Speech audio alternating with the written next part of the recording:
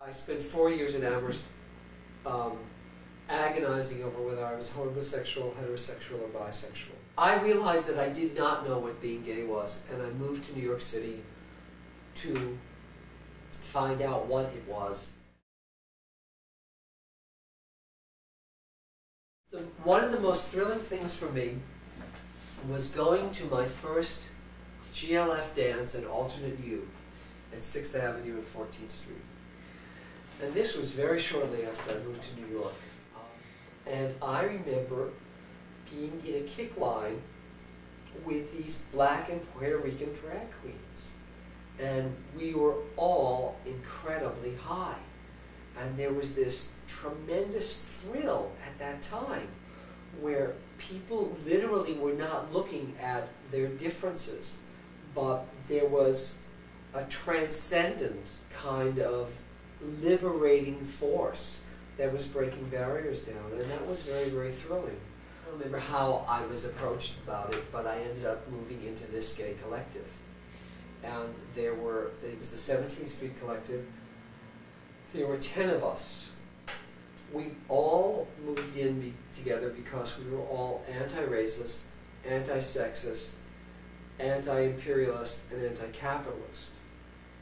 But no one ever bothered to find out if we liked each other or if we were compatible. But we shared a lot. We tried to cook together, and we were trying to create an alternative way of living where gay men, lived collectively and worked collectively, etc. Except I think we were really trapped in a lot of maleness, and that was very hard for us. We even took the door off the bathroom because we didn't believe in the notion of bourgeois privacy.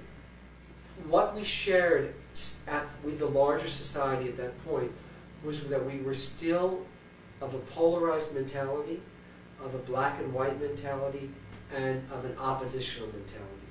So there were the good guys and the bad guys. And it's as male as it goes, it's cowboys and Indians, it's westerns, it's what made America what it is. And we were playing the exact same game, but under the guise of liberation. One of the things that happened was that we had consciousness-raising groups around that time, which were, in one sense, fabulous because you went around the circle and each person told their coming out story. Or the next week it might be everyone talked about what their mother was like, or the next week their father. And we learned a huge amount about ourselves. I started to wear nail polish. I wore a whack coat and these acetate-like lounging pants. I wore like a thrift store women's top. The only reason I didn't wear lipstick was because whenever I looked in the mirror with lipstick, I looked too much like my mother, and it totally freaked me out.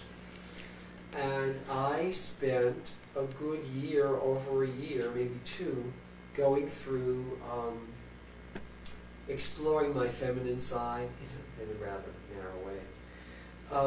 That is that was a very, very strong period for me, and that's one of the strongest things I can say about that period. Those 2 years in New York City, specifically exploring this feminine side of me, and even at one point feeling like I was a woman, and my self-identity was as a woman, were an incredible part of my self-discovery. And those are directly linked to GLF and the ideas out of the consciousness-raising groups.